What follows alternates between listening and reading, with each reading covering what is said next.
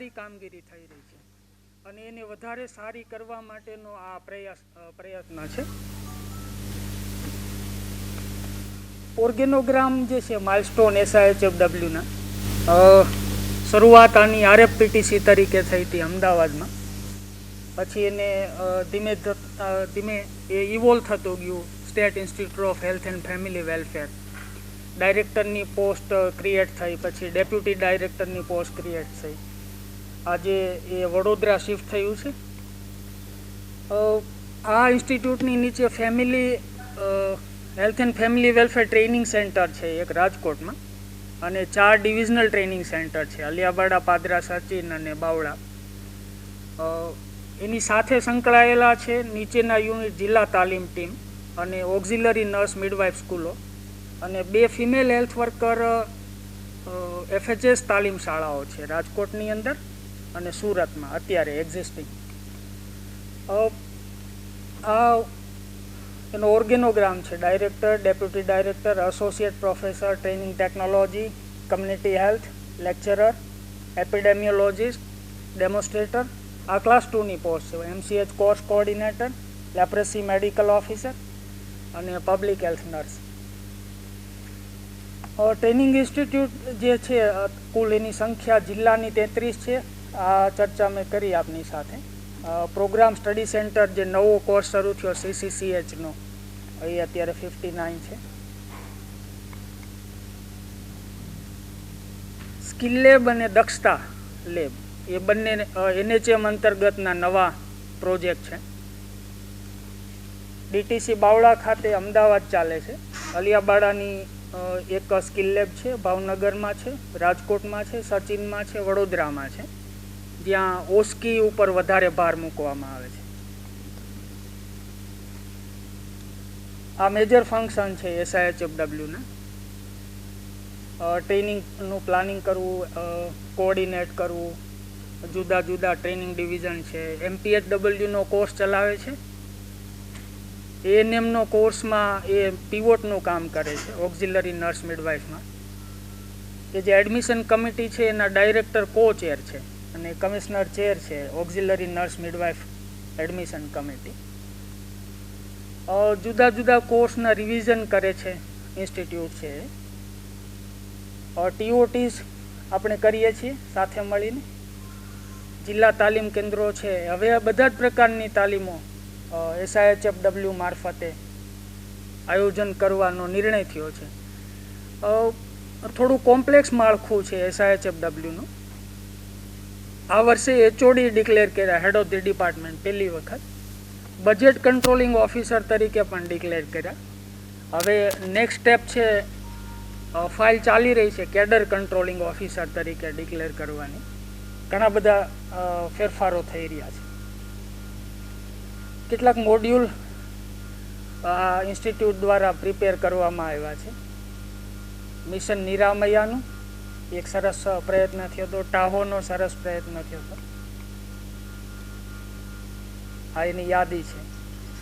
Auxiliary nurse મિડવાઇફનું module almost તૈયાર છે.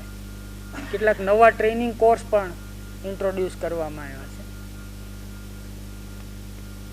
નાનકડી ટીમ છે SIHFWની અહીંયા ઇન્સ્ટિટ્યૂટમાં, અને સાવ ઓછીની ટીમ છે, નાનકડી અને ઓછીની. અહીંના કહી શકાય એવા લિપિ મેમ એકલા છે ઇન્સ્ટિટ્યૂટના પોતાના. બાકી બધા ઓછીના લીધેલા છે, પણ દે આર ડુઈંગ ગુડ. અને એનું એ માટેનું જે સપોર્ટ, મેઇન જે સપોર્ટ છે એ મેડિકલ કોલેજીસ છે. ચંદ્રેશ પંડ્યા સાહેબ, બક્ષી સાહેબ, એના લીધે આટલું સારું કામ આ ઇન્સ્ટિટ્યૂટ અત્યારે કરી રહ્યું છે. જો એ સપોર્ટ ખસી જાય તો ઇન્સ્ટિટ્યૂટની હાલત છે એ અતિશય ખરાબ થઈ જાય એમ છે. કશું કરી જ ના શકે એવી પરિસ્થિતિ છે. ટ્રેનિંગ મેનેજમેન્ટ ઇન્ફોર્મેશનનું આ સોફ્ટવેર છે ભારત સરકારનું.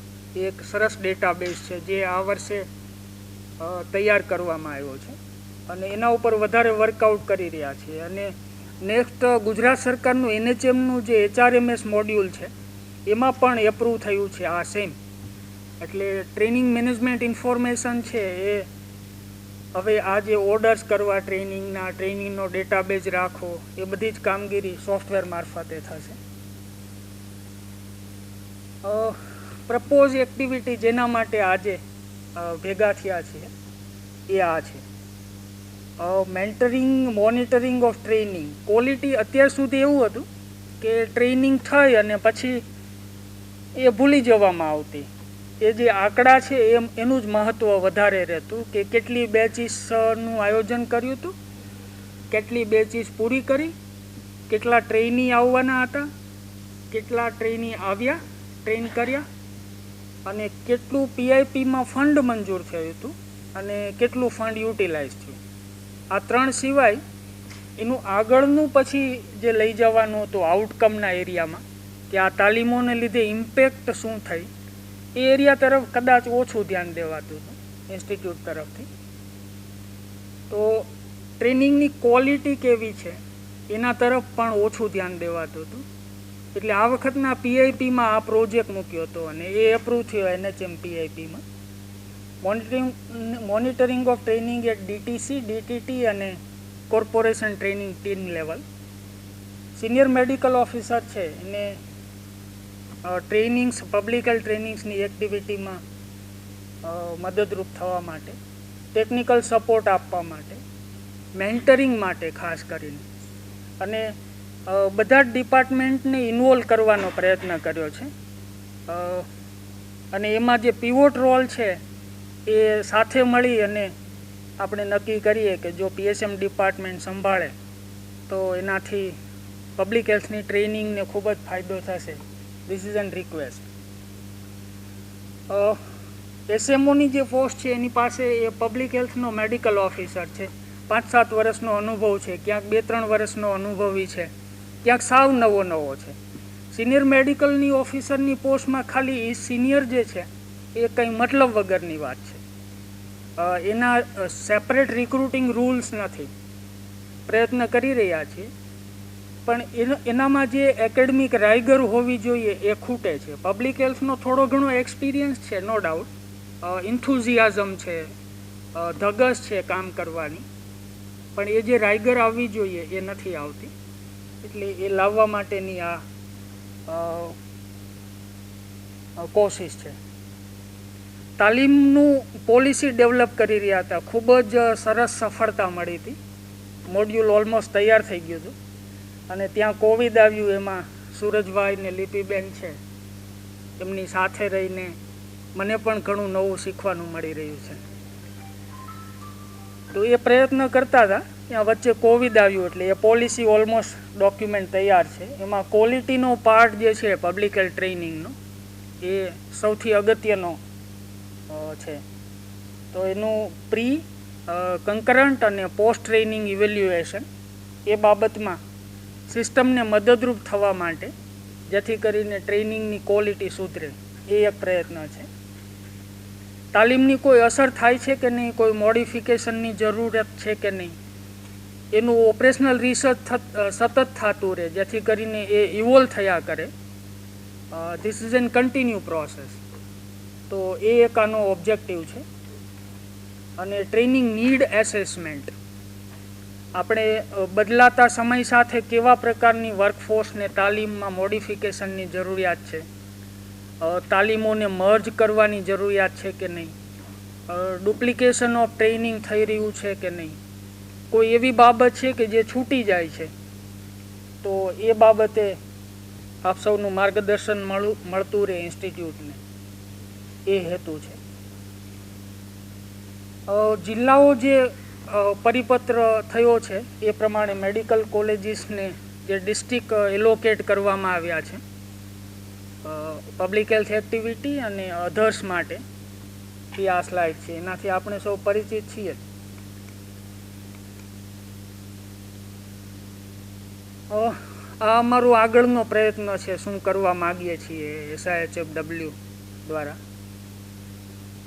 ટ્રેનર્સનો સર્ટિફિકેશન પ્રોગ્રામ, કે કોઈ પણ વ્યક્તિ તાલીમ કરે એના કરતાં સર્ટિફાઈડ ટ્રેનર્સ હોય, ક્વોલિટી ટ્રેનર્સ હોય તો તાલીમની ગુણવત્તા જળવાય. Public health standard trainings almost તૈયાર જ છે. એમાં થોડા ઘણા મોડિફિકેશન અને ઇમ્પ્રુવાઇઝેશન કરવાનું બાકી છે. એ તૈયાર થઈ જાય પછી પોલિસી ડોક્યુમેન્ટ તરીકે SHSRCના માધ્યમથી મૂકવાનો એક પ્રયત્ન કરવાનો છે સરકારને. નોલેજ સેન્ટરમાં કન્વર્ટ કરવાની ગણતરી છે. હવે આ વર્ચ્યુઅલ ક્લાસરૂમથી હેલ્થ એન્ડ વેલનેસ સેન્ટરથી શરૂ કરી અને ટેલિકન્સલ્ટેશન, ટેલિમેડિસિન, વર્ચ્યુઅલ ક્લાસરૂમ્સ, સેટકોમ એ બધા માધ્યમથી આખું નેટવર્ક ઊભું થાય નોલેજ સેન્ટરનું, એવો એક પ્રયત્ન કરવા માગીએ છીએ. નીડ એસેસમેન્ટ સતત થતું રહે, ટ્રેનિંગમાં ક્વોલિટી જળવાય. ફેકલ્ટી ડેવલપમેન્ટ પ્રોગ્રામ લગભગ ઘણો સારો ચાલ્યો હતો, એ ફરીથી રિવાઇવ કરવાનો છે કોવિડ પહેલાં. TMISનું ઇમ્પ્લિમેન્ટેશન એ મેનેજમેન્ટ પાર્ટ છે, એના ઉપર આખી ટીમ મહેનત કરી રહી છે. ઇમ્પેક્ટ એસેસમેન્ટ કરીએ જેથી કરીને આ તાલીમો છે એ આફ્ટર ઓલ ડેટા અને એવિડન્સીસ જનરેટ કરીશું તો આપણી જે સિસ્ટમ છે એને ફાયદો થશે. મેજોરિટી જ્યારે પણ કોઈ પણ આપણે માગણી લઈને જઈએ રિસોર્સિસ માટે, ત્યારે એવિડન્સીસ માગવામાં આવતા હોય છે. તો એ હેલ્પફુલ થશે અને મ્યુચ્યુઅલી બેનિફિટ થશે આ કામ કરનારને અને જ્યાંથી કામ થઈ રહ્યું છે એ ઇન્સ્ટિટ્યૂટને, અને જેને માટે કામ થઈ રહ્યું છે એ સંસ્થાને અને લાર્જર પબ્લિકને. બાકીના બધા જે કન્વર્જન્સ અધર ઇન્સ્ટિટ્યૂટ સાથે છે, તો કોવિડમાં ઘણું બધું શીખવા પણ મળ્યું. કોલોબ્રેશનમાં રહીને ટ્રેનિંગ કાર્યક્રમો, નવી તાલીમો કઈ રીતે આયોજન થઈ શકે, એ એક વિચાર છે. આપ સૌના આશીર્વાદ મળી રહે. અમારી નાની ટીમ છે, પ્રયત્ન કરી રહ્યા છીએ સાથે જોડવાનું. આ વર્કશોપના ઘણા બધા હેતુઓ છે. અમે મારા બાળકની વાત કરી લઉં વચ્ચે. એના અત્યારે ઓનલાઈન ક્લાસીસ ચાલી રહ્યા છે, 10th છે. તો એક હમણાં મને લાયઝન આપ્યું છે ગીર સોમનાથનું અને જુનાગઢનું. તો વીકમાં 3 દિવસ ત્યાં ઘરે જવાનો મોકો મળે. તો એના ક્લાસ ચાલતા હતા, હું ઓચિંતાનો જઈ ચડ્યો, દરવાજો ખોલીને જોયું હતું તો એ આડો પડ્યો હતો, સામે લેપટોપ હતું, સૂતા સૂતા એ ક્લાસ એટેન્ડ કરતો હતો. ફેસ ટુ ફેસ જે ડિસ્કશન થાય અને એમાં અને ઓનલાઈન તાલીમોમાં ફરક પડતો હોય છે. હું ને તમે મળીએ અને વિચારોની જે આપલે થાય અને જે મંથન થાય એમાં અને ઓનલાઈન મંથનમાં ફરક પડતો હોય છે. એટલે એટલા માટે આપ સૌને થોડી તકલીફ આપી એ બદલ ક્ષમા પ્રાર્થી છું. અને એક પ્રયત્ન એવો કરવા માગીએ છીએ કે કેપેસિટી બિલ્ડિંગનું જે કામ છે એ કોર વર્ક છે. કદાચ 2 ઇન્સ્ટ્રુમેન્ટ ઓછા હોય તો ચાલી જાય, પણ માણસ નબળો હોય તો હેલ્થ અને એજ્યુકેશન એ સોશિયલ સેક્ટર એવા છે કે એમાં નબળો માણસ છે એ વાણ ડૂબાડે, અને સબળો માણસ હોય તો એની પાસે રિસોર્સિસ ઓછા હોય તો પણ એ સફળતા સારી રીતે મળી શકે.